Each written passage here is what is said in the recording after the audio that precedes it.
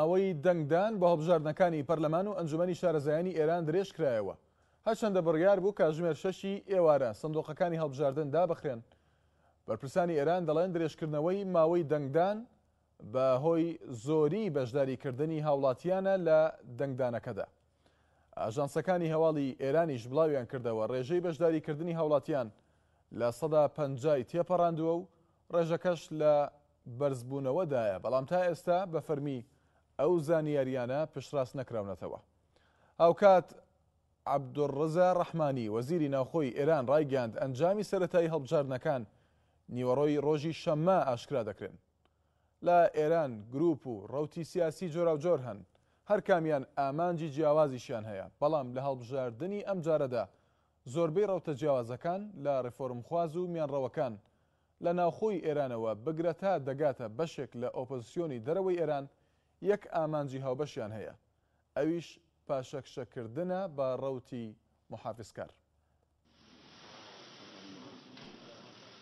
حەسەن ڕۆحانی سەرۆک کۆماری ئێران زیاتر لە هەر کەسێکی دیکە چاوەڕوانی ئەنجامی هەڵبژاردنە پەرلەمانەکەی ئەم جارەی ئێرانە بۆ پێی کاندیدەکان بەسەر دوو بەرەی نێرانی حکومەتەکەی و لە یانگرانیدا دابەش بوون. پەرلەمانی ئێستا پەرلەمانێک نییە بەدڵی ڕۆحانی بێ و لە 2 ساڵی ڕابردوودا کێشەی زۆری بۆ حکومەتەکەی دروست کردووە لە هەڕەشەی متمانە سەندنەوە لە وەزیرە دیارەکانەوە تا دەگاتە هەڕەشەی ڕەتکردنەوەی ڕێکەوتنامە ئەتۆمێکی ئێران لەگەڵ وڵاتانی ڕۆژئاوا. ڕۆحانی لە ئێستادا دەیەوێت پێکاتی پەرلەمانی داهاتوو بە جۆرێک بێت کە کەمترین کێشە بۆ حکومەتەکەی دروست بکات. لە ئێران گروپی سیاسی جۆراوجۆر هەن کە بەگشتی بەسەر 4 ڕەوتی سیاسیدا دابەش بوون. گروپی یەکەم ڕەوتی محافزکارەکان، ئەم ڕەوتە کە تونڕەوەکانیشیان پێدەوترێت خۆی لە چەند گروپێکی جیاواز پێکاتووە و لە یانگری سیاسەتەکانی عەلی خامنەیی ڕێبەری ئێرانن. لە 37 ساڵی ڕابردوودا زۆرترین ڕۆڵیان لە سیاسەتی ئێراندا هەبووە و گرنگترین دامەزراوە سیاسی و سەربازیەکانی ئێرانیان بەدەستەوەیە، هەر بۆیە لەلایەن نایارەکانیانەوە بە پاوەندخوازی تۆمەتبار دەکرێن. جگە لە خولی شەشەم نەبێت لە هەموو خولەکانی دیکەی پەرلەماندا ئەم گروپە زۆری نەبوون. لە 2 ساڵی ڕابردووشدا کێشەی زۆریان بۆ حکومەتەکەی حەسەن ڕۆحانی دروست کردووە. زۆربەی کاندیدەکانی ئەم جاری پەرلەمانیش سەر بەم ڕەوتەن بە جۆرێک کە لە زۆربەی بازنەکانی هەڵبژاردندا بۆ هەر کورسیەک چەندین کاندیدیان هەیە. گروپی دووەم ڕەوتی میانڕەو، زۆربەی کەسە دیارەکانی ئەم ڕەوتە پێشتر خۆیان لە ڕەوتی محافزکارەکاندا بوون. ڕەوتی میانڕەو پشگیری لە سیاسەتەکانی حەسەن ڕۆحانی و هاشمی ڕەفسنجانی دەکەن. خوازیاری ئەوەن ئێران لە سیاسەتی دەرەوەدا بەڕووی ڕۆژئاوا وڵاتانی عەرەبیدا بکرێتەوە، لە ناوخۆشدا زیاتر گرنگی بە بواری ئابووری دەدەن. گروپی سێم ڕەوتی ریفۆرمخوازەکان، ئەم ڕەوتە لە ساڵ 1997دا سەریان هەڵدا و لە یەکەم دەرکەوتنیاندا توانیان بە بەدەستێنانی نزیکەی 80% دەنگەکان بە سەرۆکایەتی محەممەد خاتەمی حکوومەت بەدەستەوە بگرن و 2 ساڵ دواتریش توانیان زۆرینەی کورسەکانی پەرلەمان مسۆگەر بکەن. بەڵام لە ساڵی 2004ەوە ئەم ڕەوتە بە تەواوی پەراوێز خراون، کەسە دیارەکانی ڕەوتەکە لە ڕووی سیاسیەوە سزا دراون و ڕێگەیان پێ نادرێت چالاکی سیاسی ئەنجام بدەن. لە هەڵبژاردنەشدا زۆربەی کاندیدا ریفۆرمخوازەکان لەلایەن ئەنجومەنی چاودێری دەستورە دوور خراونەتەوە. تەنها ڕێگە بە 30 کەسیاندرا بەشداری لە هەڵبژاردنەکەدا بکەن، بەڵام دواتر ریفۆرمخوازەکان ناچار بوون پشگیری لە کاندیدە میانڕەوەکانی لە یانگری حەسەن ڕۆحانی بکەن. گروپی چوارەمیش گروپی ئۆپۆسیۆنی دەرەوەی وڵاتە کە دەیان حیزب و ڕێکخراو لە خۆ دەگرێت. ئەم حیزب و گروپانە لە 37 ساڵی ڕابردوودا ڕێگەیان پێنەدراوە بەشداری لە هیچ هەڵبژاردنێکدا بکەن. لە ئێستادا بۆچوونی جیاواز لە ناو ئۆپۆسیۆندا دروست بووە. زۆربیان خوازیارن هەڵبژاردنەکان بایکۆت بکەن و هەندێکیشیان پێیان وایە بۆ پاشەکشێکردن بە محافزکارەکان باشترە دەنگ بە کاندیدە ریفۆرمخواز و میانڕەوەکان بدرێت. لەم هەڵبژاردنەدا ئەوەی جێی سەرنجە جۆرێک لە هاوپەیمانی نافەرمی لە نێوان میانڕەوەکان و ریفۆرمخوازەکان و بەشێک لە ئۆپۆسیۆنی دەرەوەی وڵات دروست بووە کە تەنها یەک ئامانجی هاوبەشیانەیە، ئەویش پاشەکشێکردنە بە محافزکارەکان. ئامانجێک کە بە بۆچوونی بەشێک لە چاودێران بەدیێنانی کارێکی ئەستەمە بۆ پێی کاندیدە بەهێزەکانی گروپی میانڕەو و ریفۆرمخوازەکان لەلایەن ئەنجومەنی چاودێری دەستورەوە دوور خراونەتەوە. جگەلەوەش لە بەشێکی بەرچاوی باسنەکانی هەڵبژاردندا ڕێگەیان بە بەشداریکردنی هیچ کاندیدێکی میانڕەو یان ریفۆرمخواز نەداوە. بەڵام لەم نێوەندەدا حەسەن ڕۆحانی هیوادارە ریفۆرمخواز و میانڕەوەکان بتوانن ڕێژەیەکی بەرچاوی کورسەکان ببەنەوە، تەنانەت ئەگەر نەشتوانن زۆرینەی پەرلەمانی مسۆگەر بکەن. بۆ قسەکردن لەسەر هەڵبژاردنەکانی ئێران عمر باڵەکی ئەندامی دەفتەری سیاسی حەزبی دیموکراتی کوردستان لە کۆیەوە لەگەڵماندایە، هەروەها جەمال نەجاری شارەزا لە کاروباری ئێران لە شاری بیزانسۆن لە فەڕەنساوە لەگەڵمان دەبێت، هەروەها خالد محەممەد زادە شارەزای کاروباری ئێران لە سلێمانیەوە. سڵاوتان لێبێ بەخێر بێن. سەرەتا دێمە لای تۆ کاک عومەر، سەرنجی ئێوە لەسەر ئەوەی پێنجەم جارە پرۆسی هەڵبژاردنەکە درێژ دەکرێتەوە.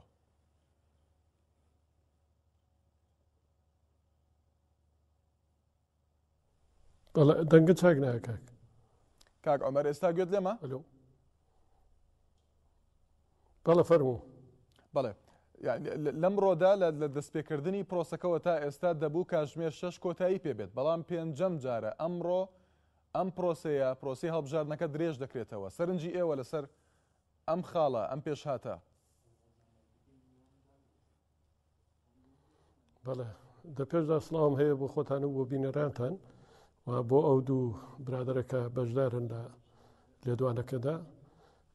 لە حەقەتدا ئەو مەسەلەی درێژکردنەوە دەتوانێت دوو بۆچوونی لەسەر بێیان دەتوانێت بە دوو ڕوانگە تێی بڕوانی. ڕوانگەیەکیانەوەیە کە بە هەر حاڵ هەڵبژاردنێک بەڕێوە دەچێت و خەڵکێکی زۆر بەشداری دەکا و لەو بەشداریکردنەش کە خەڵکە دەیکا تەبیعیە ئەو شوێنی دەنگدانەکان یان شوێنی یان وەرەقەی دەنگدان بەشی نەکردەوە درێژکردنەوەکە ئەوە دەبێتە شتێکی عادی. لایەکی دیکە قەزیەکە ئەوەیە کە ڕەنگ بێ کۆمەڵک لە خەڵک ڕاوەستا بن هەتا ئاخریەکەی و لە ئاخریەکاندا بچن بەشداری دەنگدان بکەنەوە شتە جەموعی هاویش بێتە سەر خودی وەزعیەتەکە کە پرۆسەکە مەجبورن درێژ بکەنەوە و لە خراپترین حاڵەتیشدا کەمە بە هەر حاڵ بەو ڕوانگەیەوە کە لە کۆماری ئیسلامی دەڕوانین کە ڕەنگ بێ بۆ خۆی جۆرێک لە جۆرەکان بێر بۆەوەی کە وانیشان بدرێت کە خەڵکێکی زۆر بەشداری کردووە و لەو حاڵەتەدا تەبیعیە درێژکردنەوە یەک بە دواییەکی ئەوانەدا. بۆیە چونکە خۆمان بەشدارین و خۆمان لەوێ حزورمان نییە بەدیتن بیبینین و تەنیا لە ڕێگای راپۆرت و گزاریشی نێوخۆیی کە پێمان دەگا لە ڕاگەیانەکاندا کە دەیویستین دەتوانین ئەو سەرنجانەمان لەسەریان هەبێت. بەڵێ کاک جەمال دێمە لای تۆ سەبارەت بە بایکۆتکردنی هەڵبژاردنەکان لایەن زۆرینەی حەزب بە کوردیەکانی ڕۆژهەڵاتی کوردستان مشتومڕێکە کە هەموو پرۆسەیەک لە هەڵبژاردنەکانی ئێران باز دەکرێت. ئەم مشتومڕە لە ئێستادا تا ئەو ڕادەیە کە دەوترێت لە هەندێک ناوچە لە هەندێک پارێزگا لە ئێران دەبێت کورد بەشداری بکات دەنگ بدات. تۆ دەڵێ چی؟ سڵاو ڕێز بێ لە خزمەت میوانانی بەڕێستان و بینەرانی کاناڵی NRTV. خۆی لە ڕاستیدا لە ماوەی 37 ساڵی ڕابردوودا بەشی هەرێ زۆری حیزب و لایەنە سیاسیەکانی ڕۆژهەڵاتی کوردستان لە کاتی هەڵبژاردنەکانی کۆماری ئیسلامی لایەنی بایکۆتیان ڕەتاو کردووە. هەڵبژاردنەکانی ئەم ساڵ جیاوازیەکی بەخۆیەوە بینیوە کە تەنیا لایەنی حیزبی دیموکراتی کوردستان وەکو هەڵوێستی سیاسی بەڕەسمی داوای بایکۆتی هەڵبژاردنەکانی نەکردووە. ئەگینا سەرجەم حیزب و لایەنە سیاسیەکانی دیکە ڕۆژهەڵاتی کوردستان هەروەک جارانی پێشوو باوەڕیان بەوە هەبووە کە دەبێ ئەم هەڵبژاردنانەش بایکۆت بکرێن چونکە لە چوارچێوەی سیستمی کۆماری ئیسلامی ئێراندا بەڕێوە دەچن. کاتێک باز لە هەڵبژاردندا سیستمی کۆماری ئیسلامی ئێراندا دەکەین لەوێدا هیچ سیستمێکی چاودێری بوونی نییە و ڕەدی سەلاحیەتەکان و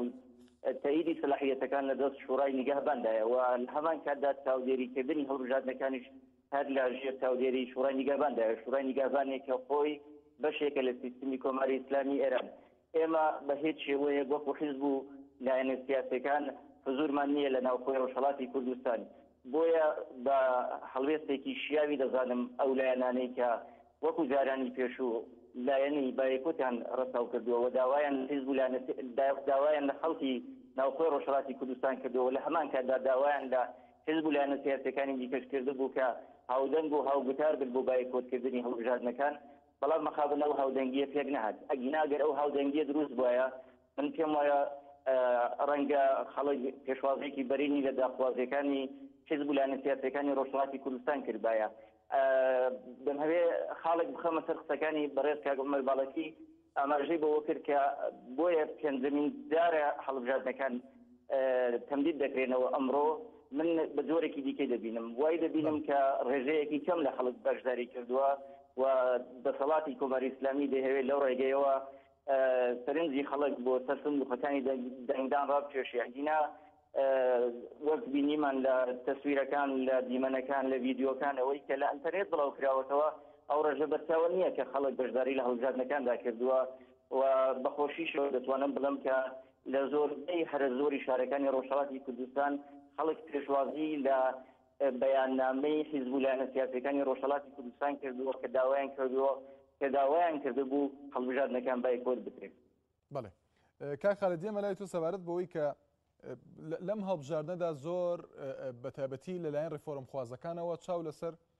ئەنجومەنی شارەزایان بووە. یعنی چاڕوانی چ گۆڕانکاریەک دەکرا لەم ئەنجومەنەدا یاخود لە ڕۆڵی ئەم ئەنجومەنەدا لە داهاتووی ئێراندا؟ لە ڕاستیدا ڕەنگە سەرنجەکە لێەوە سەرچاوە بگرێت کە ئەنجومەنی شارەزایان لەم خولەیدا دەبێت کار بکات بۆ هەڵبژاردننی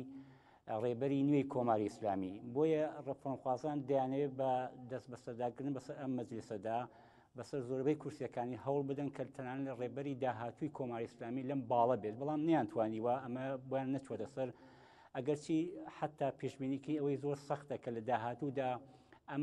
مەجلیسە بتوانێت ڕێبەری داهاتووی کۆماری ئیسلامی هەڵبژێرێ. وەک یەکێک لە ئەندامەکانی ئەم مەجلیسە لە ڕۆژانی ڕابردوودا گوتی ئەرکی ئەم مەجلیسە ڕاستە لە ڕواڵەتدا هەڵبژاردننی ڕێبەری کۆماری ئیسلامیە، بەڵام لە ئەساسە پاراستنی ڕێبەری کۆماری ئیسلامی، ینی ئومید بە گۆڕانکاریی گەورە لە ڕێبەری داهاتووی ئێرانیش ڕەنگە دەستەبەر نەبێ، بەڵام با بڵین هەوڵەکانی ڕفۆرمخوازان دەستەبەر نەبێ بەو پێی کە بەشێکی زۆر لە کاندیداکانی ڕفۆرمخوازەکان دوورخرانەوە بێگومان، بەڵام بۆ پێیە با بڵین ئەوان چاویان بڕی و ئەوە کە بتوان کورسیەکانی ئەم مەجلیسەی بەدەست بێنن بۆی کە کاریگەریان هەبێلانیکردن بەسەر هەڵبژاردننی ڕێبەری داهاتووی کۆماری ئیسلامی. بۆیە ئومیدەکە زیاتر لەم ڕوانگۆیە کە مەجلیسی داهاتووی باڵین ئەم مەجلیسە کە هەیە شارەزایان دەبێت کار بکات بۆ ئەوەی کە چارەنووسی ڕێبەری داهاتی کۆماری ئیسلامی دوای عەلی خامنەی ڕوون بکاتەوە. جا لەو ڕوانگۆیە زیاتر هەوڵێکیاندا کە کورسەکانی ئەم مەجلیسەی بەدەست بگرن، بەڵام تێیدا سەرکەوتوو نەبوون. جاوەی کە ئەم مەجلیسە لە داهاتوودا دەتوانێت جێگرەوەیەک بۆ عەلی خامنەی دیاری بکات، ئەمەش خۆی جێگای بەحسە بڕاستی. ئایا وەلایەتی فەقی کۆماری ئیسلامی ئیجازە دەدا جێگرەوەیەک بۆ عەلی خامنەی هەبێت و ئایا ئەم مەجلیسە و توانایی هەیە کە دەتوانێت ڕێبەری داهاتووی ئێران بگۆڕێمش بۆ خۆی جێگای باسە دەبێت چاوەڕێ بێ بزانین لە داهاتوودا ئەم کاریان پێ دەکرێیانە. باشە پێت وایە ناکرێت وەک ئاماژەیەک بۆەوەی کە گۆڕانکاری ڕوو نادات ئەوە توت پێشتر؟ بێگومان دەزانێت سیستمی کۆماری ئیسلامی لە هەرۆمی سەرەوەی دەسەڵات لە پێکاتۆ لە وەلایەتی فەقی و ئەم وەلایەتی فەقیە با بڵێن لە شخصێکی تایبەتیشا خولاسە ناکرێتەوە. ئەمانە با بڵێن خۆیان دەڵێن کۆمەڵی زانای ئاینی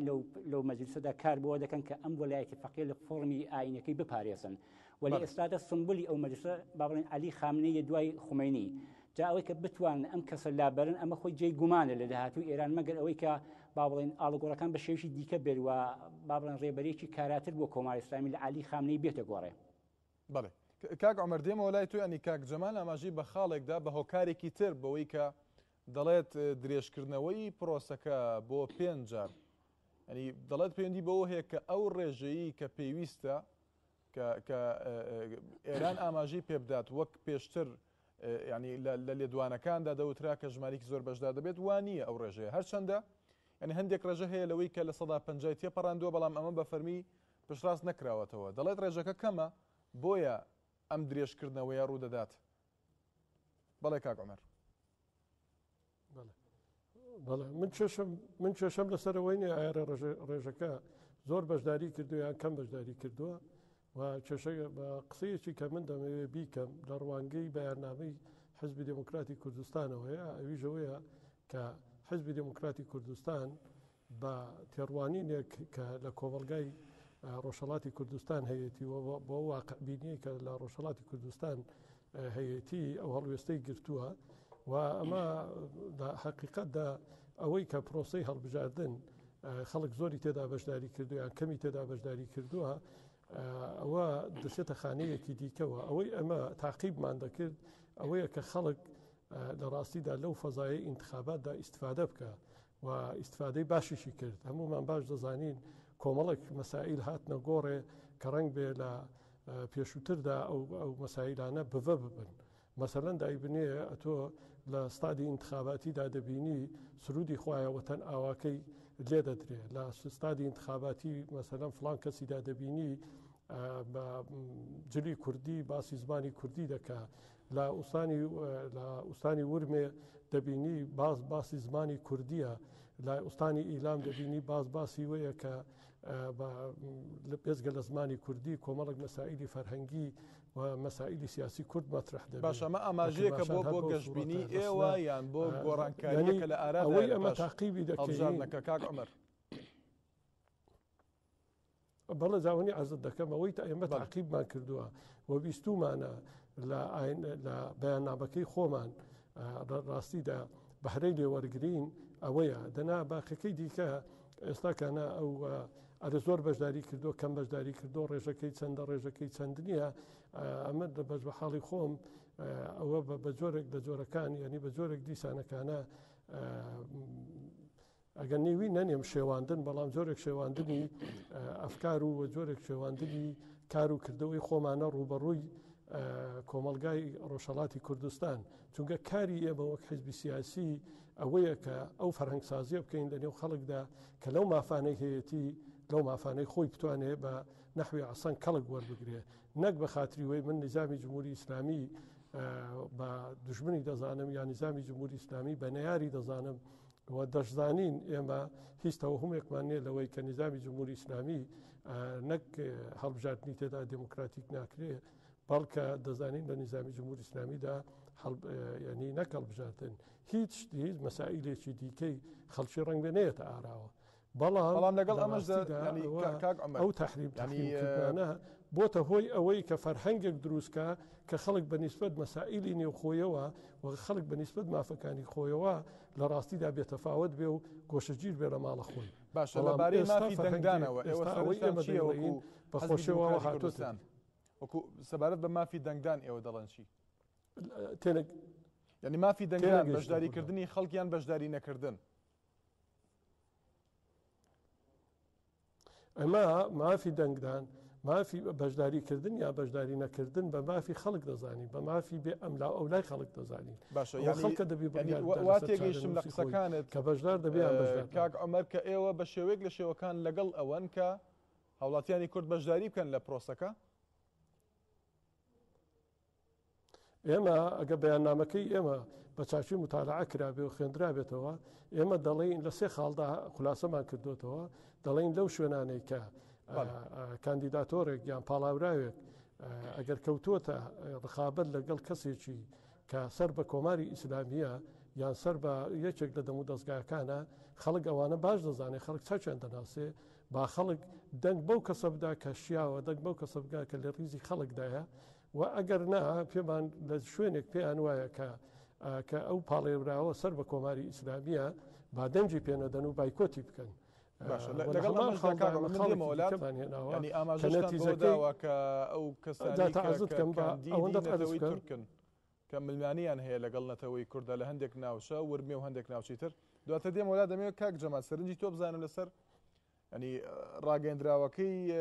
حەزبی دیموکراتی کوردستان یان ئەو سێ خاڵی کە خستویانەتە ڕوو سەبارەت بە بەشداریکردنی هاوڵاتیانی کورد لە هەندێک ناوچە کە ملمانی سیاسی هەیە لەگەڵ هەندێک لە پێگاتەکانی تر نەتەوەکانی تر. بێگومان بەیاننامەی حزبی دیموکراتی کوردستان زۆر جیاواز بوو لە چاو بەیاننامەی پارتولانە سیاسیەکانی دیکە ڕۆژهەڵاتی کوردستان چونکە ئێمە گەر سەرنجی بەیاننامەی حزبی دیموکراتی کوردستان ئێران و کۆمەڵەی شۆڕگێری ڕەحمەتکێشانی کوردستان ئێران و کۆمەڵی ڕەحمەتکێشانی کوردستان و پارتی ئازادی کوردستان و ئەحزابی دیکە ڕۆژهەڵاتی کوردستان بکەین هەر هەمویان هەڵوێستیان بە یەکوتکردنی هەڵبژاردنەکان بۆ و لەوێشدا بە شێوەیەکی ڕستنی ڕایان گەیاندووە کە ئێمە داوا لە خەڵکی ناوخۆی ڕۆژهەڵاتی کوردستان دەکەین کە لە هەڵبژاردنەکاندا بەشدار نەبن و بەشداریکردنی خڵێک یارمەتیدەرە بۆ پێشبردننی سناریۆکانی کۆماری ئیسلامی مەخابن لە بەیاننامەکەی حزبی دیموکراتی کوردستاندا نەک هەڵوێستی ڕسمی حزبی دیموکراتی کوردستان ڕوو نییە کە تێیدا لە بەیاننامەکەدا وەکو حزبی دیموکراتی کوردستان ئاماژەیەک بە بەشداریکردن و ئاماژەیەک بە بایکۆتکردنەکە نەکراوە بەڵام ڕاگەاندراوە کە بە هەم بایکۆتکردن و هەم بەشداریکردن مافی بێ ئەملاوە ئەو لای خەڵکی ڕۆژهەڵاتی کوردستانە لەوێدا حیزبی دیموکراتی کوردستان دەیهەوێ جۆرێک خۆی لە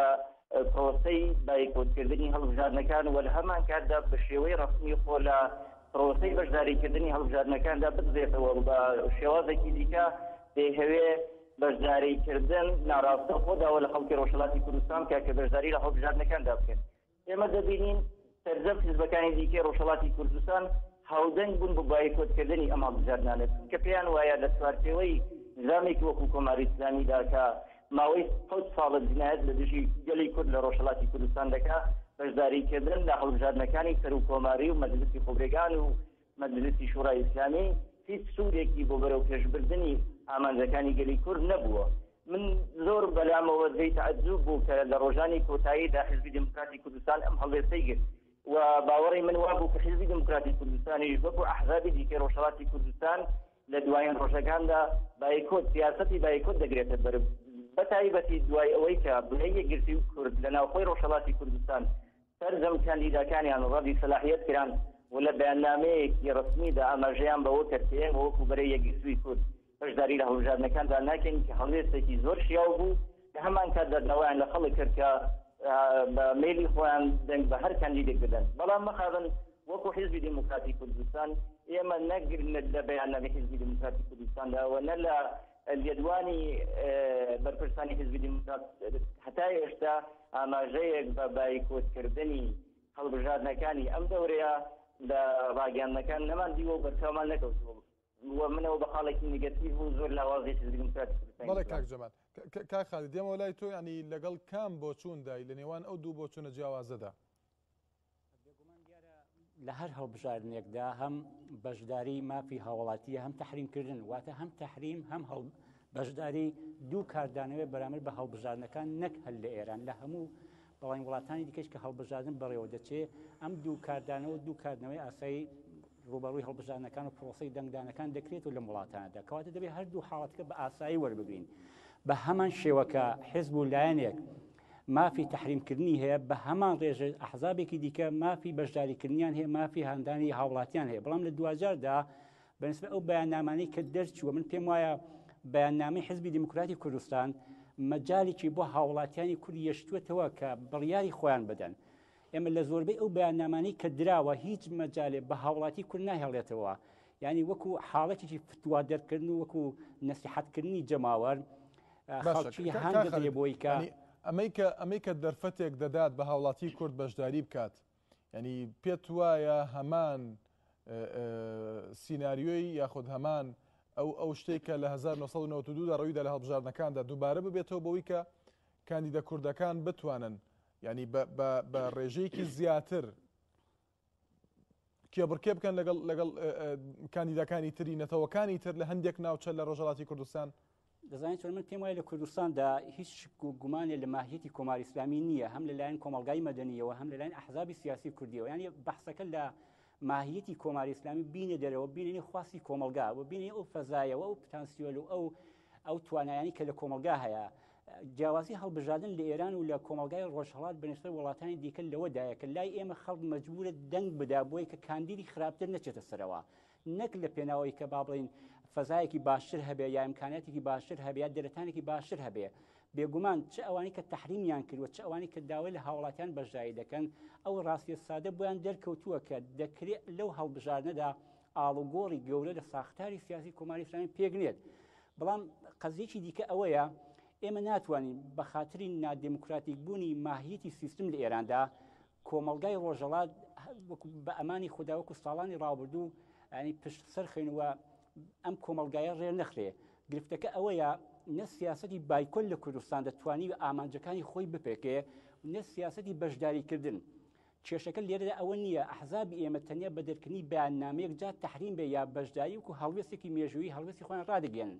بەڵام هیچ کام لەم بەیاننامانە گشتاندنی بۆ ناکرێت چ ئەوانەی داوای تەحریم دەکەن چ ئەوانەی داوای بەشداریکردن دەکەن گرفتەکە ئەوەیە ئەم هەڵوێستانەی لە کۆمەلگای کوردستان فۆرمێکی گشتی کوردبوون پێک نایەنێ ینی فۆرمێکی هاوبەش ئێستا لە کوردستاندا چ ئەوانی کە تەحریمیان کردووە لەسەر فۆرم و بنەمایەکی کوردستانی بوون نییە چ ئەوانی کە بەشداری دەکەن بە هەمان شێوە لەسەر فۆرم و بنەمایەکی کوردبوون نییە ینی کاردانەوەیەکە کاردانەوەیکی کاتیە بەبێ بەرنامێژ بۆیە ئێمە دەبێت قەزیەکە تەنیا لە ڕوانگای ساختاری سیاسی و سەری مەسەلەکە دەکەین کۆمەلگای کوردی لە ڕۆژهەڵاتی کوردستانە ئێستا زیاد لە هەر کاتێک پێویستی بە جموجۆڵە پێویستی بە زیندوهێشتنەوەی پێویستە ئەم کۆمەلگایە لەلایەن حکوومەتی ئێرانەوە لەلایەن ئەو بەڵێ کا خالید بەڵە دیارە بەڕێزان ئێستادا کاتی کۆتایی هاتنی پرۆسی هەڵبژاردنەکە هاتووە دوای ئەوەی کە 5 جار پرۆسەکە درێژ کرایەوە لە ئێستادا دیارە کۆتایی هاتەوە بە پێی کاتەکە کە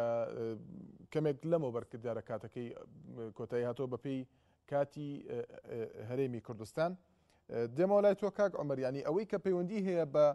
بەو ڕاگەیەندراوەی ئێوە، ینی پرسیارەکەم لە کاک خالید هەمان ئەو پرسیارە بوو کە ئێوە چاوەڕێی ئەوە دەکەن گۆڕانکاریەک ڕوو بدات بە بەشداریکردنی هاوڵاتیانی کورد هاوشێوەی هەڵبژاردنەکەی 1992؟ پێم خۆشە ئیشارە بە یەک مەسەلە بکەم، ئەوەی کە ئێمە کەوتوینە ئەو کێشە و ململانە لەگەڵ یەکتر ئەحزابی سیاسی و دەمانەوێت هەر کام دیفاع یان بە جۆرێک لە جۆرەکان پاساو بێنینەوە بۆ ئیتلاعیە یان بەیاننامەکانی خۆمان، ئەمە بەش بە حاڵی خۆمەوەم پێکارێکی دروست نییە، بەڵکە لە حقیقەتدا ئەوەی ئەمە حزبی دموکراتی کوردستان تاقیبمان کردووە ئەویش ئەوەیە یەک ئەوەڵەن ماهیەتی جمهوری ئیسلامی ماهیەتێک نییە کە ئێمە تەوهومان بەنیسبەتی هەبێ، پس ئەگەر وایە ئێمە با لە نێو ئەو قەزیە بینە دەرێک کە باسی ماهیەتی جمهوری ئیسلامیە ئەرێگە خەڵک بەشداری کرد ماهیەتی جمهوری ئیسلامی دەگۆڕدرێ، ئەگە خەڵک بەشداری نەکرد ماهیەتی جمهوری ئیسلامی دەگۆڕدرێ. یعنی لە هەرتوک حاڵەتیدا ماهیەتی جمهوری ئیسلامی ئەوەیە کە هەموو لایەکمان باش دەیناسین، بەڵام ئەوەی کە ئێمە لە ڕاستیدا دەمەویستومانە تاقیبی بکەین و تاقیبی دەکەین ئەویش ئەوەیە کە ئەو ویست و داخوازەیە کە لەنێو کۆمەلگادا هەیە حزبێکی سیاسی کە دێ ئیتراعیەک دەدا ئەگە هەر تەنیا بە خاتری وی بێ لە کۆڵ خۆی بکاتەوە تەبیعیە 3 مانگ پێشتری ژەوی ئیتراعیە دەدا و لە کۆڵ خۆی دەکاتەوە، بەڵام ئەگە حزبێکی سیاسی بیهێوێ تاقیبی مەسەلەکان بکە یعنی دێ ڕادەوەستێ هەتا بزانێ لەنێو ئەو کۆمەلگایەدا ویست و داخوازی کۆمەلگای خۆی چییە و ئەمە ئەگەر چاو لێ بکەین لە مێژووی ڕۆژهەڵاتی کوردستاندا لە مێژووی سیاسی ڕۆژهەڵاتی کوردستان لە ماوەی 37 ساڵەدا کەلیمەی وشەی تەحریم ئەوەندە بەکار هاتووە کە زۆر جاری وا بۆ خەڵکی زۆر نخبە و خەڵکی زۆر ڕووناکبیر و بەتوانە لە ترسی وی ئەنگی سەر بە کۆماری ئیسلامی لێنەدەن کشاوەتەوە مەجبور بووە لە بەشداری لە پرۆسەی هەڵبژاردندا نەکردووە و تەنانەت هەتا بۆ دەنگدان یان خۆی بربژێرکردن و ئەمە دەمان هەوێ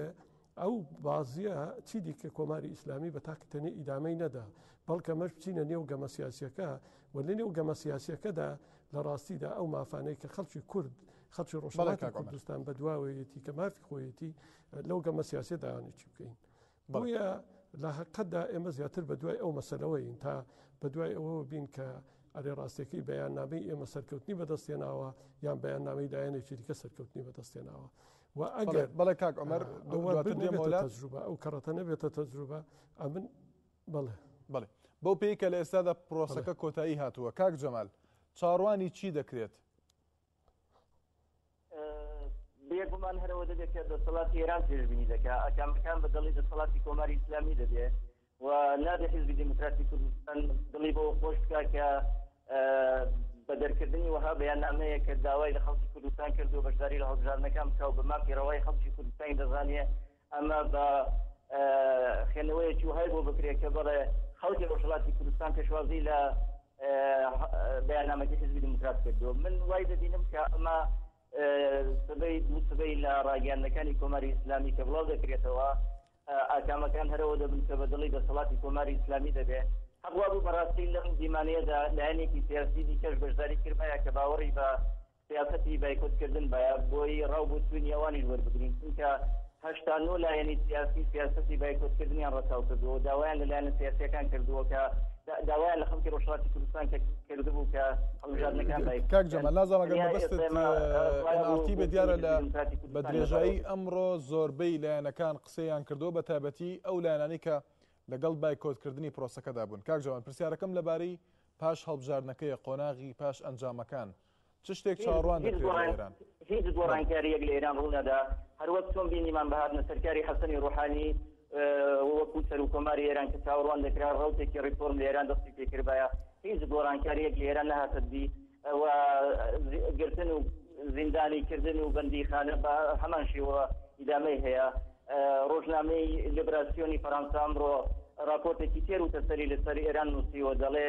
هیچ گۆڕانکاریەک بەو هەڵبژاردنانە لە ئێران نایەتە دی و وڵاتانی ئەوروپایی هیچ گەشتبین نین بەوەی کە گۆڕانکاریەکی سیاسی لە ناوخۆی ئێران بێتە دی کاتێک گۆڕان لە ئێران بێتە دی کە کۆمەری ئیسلامی لەسەر کار نەبێنێەوە حکوومەتێکی دیکە بێتە سەرکار و ئەو کاتە حیزبولانە سیاسەکان بچنەوە ناو ڕۆژهەڵاتی کوردستان وەکو حیزبی سیاسی بەشداری لە پرۆسی هەڵبژاردنەکاندا بکەن حیزبی سیاسی ناتوانێت وەها داوایەک لە خەڵکی ڕۆژهەڵاتی کوردستان بکات کە بەشداری لە هەڵبژاردنەکاندا بکەن بە بڵاوەڕی منە ئەو خزمەتکردنە بە سیاسەتەکانی کۆماری ئیسلامی ئەگیناز وەکو حیزبی دیموکرات مادام وەکو پارتێکی سیاسی داوای کارکردنە دنیا تۆ ناتوانانی وەها داوایەک لە خەڵکی ڕۆژهەڵاتی کوردستان بکەیت چونکە لەوێدا ئەو کەسانەی کە دەستنە پارلەمانی ئێران دەستنە مەجلسی شورای ئیسلامی نوێنەری خەڵک نین نوێنەری هەڵبژاردنراوی کۆماری ئیسلامی بە تایبەتی لە دوای ئەو فیلترانی کە شورای نیگهبان کردی هیچ گۆڕانێکی بنەڕەتی لە سیستمی نظامی کۆماری ئیسلامی لە دوای هەڵبژاردنەکان نایەتە دی. بەڵێ کاک خالد سەرنجی تۆ لەسەر قۆناغی پاش ئەنجامی هەڵبژاردنەکان دەبێت قسە لە پێگەی پارلەمانی ئێران بکەین ئایا پارلەمانی ئێران ئەو پێگە قانونی و پێگە سیاسی لە ناوەندەکانی بڕیاردانی ئێراندا هەیە بە بڕوای من نات چونکە هەر یاسایەک لە پارلەمانی ئێران دەربچێت دەبێت شورای نیگهبان بەپەسەندی بکەوە جگەل لەوەیشین دێ ئۆرگان هەن کە تعبیل لە ئیسلامیەتی نظام دەکەن وەکو مەجلسی خۆبرەگان و ئەوانە دەبێت بەپەسەندی ئەوانش بگا ینی نوێنەرانی پارلەمانی ئێران بەشدار نین لە سیاست گوزاری گشتی و کەلان لە سیاستی دەرەوەی ئێران سیاست نێوخۆی ئێران چونکە وەکوتم کۆمەڵی ئۆرگانی قانونی دیکە هەن کە موازین لەگەڵ پارلەمانی ئێران و ئەم مەجالە بە پارلەمانی ئێران نادەن دەکرێت لە حوزەهای انتخاباتی جێگۆرکەی چەندین نوێنەر با بڵین کۆمەڵە گۆڕانکاری لە بواری خەدەمان لە شارەکاندا پێک بێنێ بەڵام لە سەتهی کەلانی گشتیدا لەسەر ئاسی گشتی ئایا دەتوانێت پەرلەمانی ئێران کاریگەری هەبێ بە باوەڕی من ناتوانم کاریگەری هەبێ چونکە لە پەرلەمانی ئێران زیاتر کۆمەڵی ناوەندی دیکەن کە ناوەندی بڕیاردانن و ئەوان دوجار بۆ نمونە حتا لە پرۆسی دانیشتن لەگەڵ ئوروپایەکان بۆ چارەسەری بەرنامە تۆمەکەی ئێران ئەمە خودی عەلی خامنەی هات با بڵێن سەرپرستی ئەم دانیشتانی کرد لەگەڵ دنیای ڕۆژاوە لە حاڵێکدا و بڵاو دەکرا کە عەلی خامنەی با بڵێن مخالفی دانیشتن لەگەڵ ڕۆژاوایە بەڵام کاتێک کە بەرژەوەندەکانی حکوومەت دەکاتە ئاستێ با بڵێن تەداخلی با بڵێن وەلایەتی فەقی دەمیرێت کە حتا با بڵێن چەندین مانگ دوای واژۆکردنی ئەم بەیاننامە ئەم ڕێکەوتنامە ئەمیان بردە پارلەمانی ئێران و وەکۆیکە بە شێوەیەکی با بڵێن بارێکی یاسایی بە کارەکە بدەن بەبێ ئەوەی کە پێشتر پرس بە پارلەمانی ئێران کرابێ ینی وەکوتم پارلەمانی ئێران لە ناوەندی سیاسەتگوزاری ئێراندا ئەو ڕۆڵەکارای نییە ینی ئەو ڕۆڵە بەرچاوی نییە کە بتوانێت کاریگەری لەسەر سیاسەتی داهاتوی ئێران سیاسەتگوزاریان دابنێ بەڵام بەنسبەت جەناحەکانی نێوخۆی حکوومەت باڵەکانی نێوخۆی حکوومەت بێگومان دەتوانێت کاریگەری هەبێت بەهێزبوونی هەر کام لەم باڵانە لە پارلەمانی ئێران دەتوانێت کاریگەری ئەو گروپانە بەسەر سیاسەتگوزاری ئێران چ لەسەر ئاستی نێوخۆی چ لە ئاستی دەرکی دابنێ بۆ نمونە هەوڵی هەمووی ڕفۆنخوازان لایەنگرانی ڕۆحانی ئەوە بوو کە پارلەمانی ئێران بەدەستەوە بگرن بۆی کە بە دنیای دەرەوە بڵن کە درێژە بە سیاسەتی دانوستان لەگەڵ ئوروپایەکان دەدەن بەڵام نەیانتوانی ینی دەکرێت لە معادلاتی نێوخۆی جەناحەکان پارلەمانی ئێران بە هەر لایەکە قورسایەکەی هەبێ کاریگەری هەبێ بۆ بردنەپێشی سیاسەتی ئەو لایەنە. بەڵێ کاک عومەر ینی لە هەموو پرۆسەکانی هەڵبژاردن لە ئێران باس لەو کۆدەنگی و یەکدەنگیی لایەنە سیاسەکانی ڕۆژهەڵاتی کوردستان دەکرێت یعنی ئەم پرسیارە هەمووکو دەستکەوتنی زانیاریەکە هەمووکو بۆچوونی ئێوەش چ شتێک لە ئارادایە بە تایبەتی لە پاش ئەنجامەکانەوە چ شتێک لە ئارادایە لە نێوان حەزبە سیاسەکانی ڕۆژهەڵاتی کوردستان ئەوەی کە پەیوەندی هەیە بە کۆدەنگی و یەکدەنگیانەوە لە حقیقەت نازانم پرسیارەکەی جەناب چاک متەوەجە نەبوو ئەوەی کە پەیوەندی هەیە بەوەی کە یەکدەنگی حەزبە سیاسەکانی ڕۆژهەڵاتی کوردستان شتێک هەیە لە ئارادا بێت هەمووکو زانیاریەک هەم بۆچوونی ئێوە لەسەر ئەم پرسە. بەڵێ لە ڕاستیدا پێم خۆشە پێشەوەی وڵامی پرسیارەت بدەمەوە پێم باش نەبوو بەڵام بەهەڵ دەنگم باش ناگاتە دەکەم پێم وایە کاک جەماڵ چونکە نایهەوێت لە بۆچوونەکەی ئێمە تێبگا لە ڕاستیدا هەر پێی خۆشە بە جۆرێکی دیکە باسی بکاتەوە بە جۆرێکی دیکە عینوانی بکە بۆیە لەو بابەتەیەوە ئێمە بە هیچ جوور تەئیدی جمهوری ئیسلامیمان نەکردووە بە هیچ جووریش تاوهوممانێ لە جمهوری ئیسلامی کە بڵین ئەوە تاوهومێکمان بۆ دروست بۆ پێمان وایە ئەو ئینتخاباتەیان ئەو هەڵبژاردنە حتمەن ئاڵوگۆڕێک لە ئێرانێ پێک دێنێ تەنیا ئێمە ئەوەی دەمانهەویست ئەوەیە کە هەروەکی باسم کرد لە خەڵکی ڕۆژهەڵاتی کوردستان بتوانێت لە مافەکانی خۆی و لە دەستکەوت لەو نیازانەی کە هەیەی لە کۆمەلگای خۆیدا هەر ئاوا بە هاسانی بەسەر جمهوری ئیسلامیدا تێپەڕ نەبێت. لە مەوردی ئەو پرسیارەی خۆشتدا ئەویشەوەیە من دەمەویستەوە بڵم لە پرسیاری پێشودا دەمەویستەوە بڵم بە ئەوە ببێتە تەجروبەیەک کە بەداخەوە تەجروبەیەکی تاڵیشە با ببێتە تەجروبەیەک بۆ ئەحزابی ڕۆژهەڵاتی کوردستان. ئەویژەوەیە لانی کەم لەسەر پرسە گشتیەکان کە مربوط بە کۆمەلگای ڕۆژهەڵاتی کوردستانن ئێمە دەتوانین لەگەڵ یەکتر کۆبینەوە دەتوانین لەسەر میزی گفتوگۆ و دانوستان دابنیشین و بگەینە قەناعەتێک و بگەینە ئەنجامێک. ئەو پرۆسەیە کە ئێستا لە گۆڕەدایە ئەگەر ئێمە بەجەمع توانی بامان بڕیارێکی لەسەر بدەین ڕەنگ بێ ئەوەی کە زۆر کەس تاقیبی دەکا لە ڕۆژهەڵاتی کوردستان ڕەنگ بێ بە جۆرێک لە جۆرەکان تا ئەندازەیەکی باش هاتبادی و خەڵک بە قسەی کردبین و خەڵک بەڵام بادام بە پرشوبڵاوی بڕیار دەدرێ تەبیعیە و پرشوبڵاویە ئەو هەڵوێستانەی لێ دەکەوێتەوە و ئەوەش باش نییە. من ئارزوم کردی حیزبی وا هەیە 3 مانگ پێش ئێستا بڕیاری بایکۆتی داوە، حیزبی دیکە هەیە 2 مانگە حیزبی دیکەیە بەتەنیا حیزبێک بووین کە لە ئاخرین لەحزەکاندا ئێمە ئەو بڕیارەمانداوە یانی ئاخرین لەحزەکان چی نزیک بە 7 ڕۆژی ماوە بۆ هەڵبژاردنەکان ئەو بڕیارەمانداوە و هاتووینە نێو زۆرترین هەڵوێستیشی لێوەرگیراوە و زۆرترین لێدوانیشی لێوەرگیراوە. ڕۆژهەڵاتی من نەمەوید لە لێدوانەکەی ئەو شۆشماندا و لە هیچ لێدوانێکیدا ئیشارە بەو مەسەلە بکەم دەنا خەڵک لە ڕۆژهەڵاتی کوردستان زۆر چاک پێشوازیان لە هەڵوێستەکەی ئێمە کردووە و ئەمەش وەک حیزبێکی سیاسی خەڵکمان هەیە تەشکیلاتمان هەیە و خەڵک و تەشکیلاتی ئێمە لە ڕاستیدا زۆر باش بە پێشوازی ئەو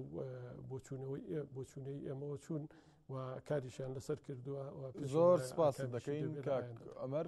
سپاس بۆ ئەمەر باڵکی ئەندامی دەفتەری سیاسی حەزبی دیموکراتی کوردستان لە کۆیەوە لەگەڵماندا بووی. سپاس بۆ جەمال نەجاری شارەزا لە کاروباری ئێران لە شاری بیزانسۆن لە فەڕەنساوە لەگەڵماندا بوو. هەروەها سپاس بۆ خالید محەممەدزادە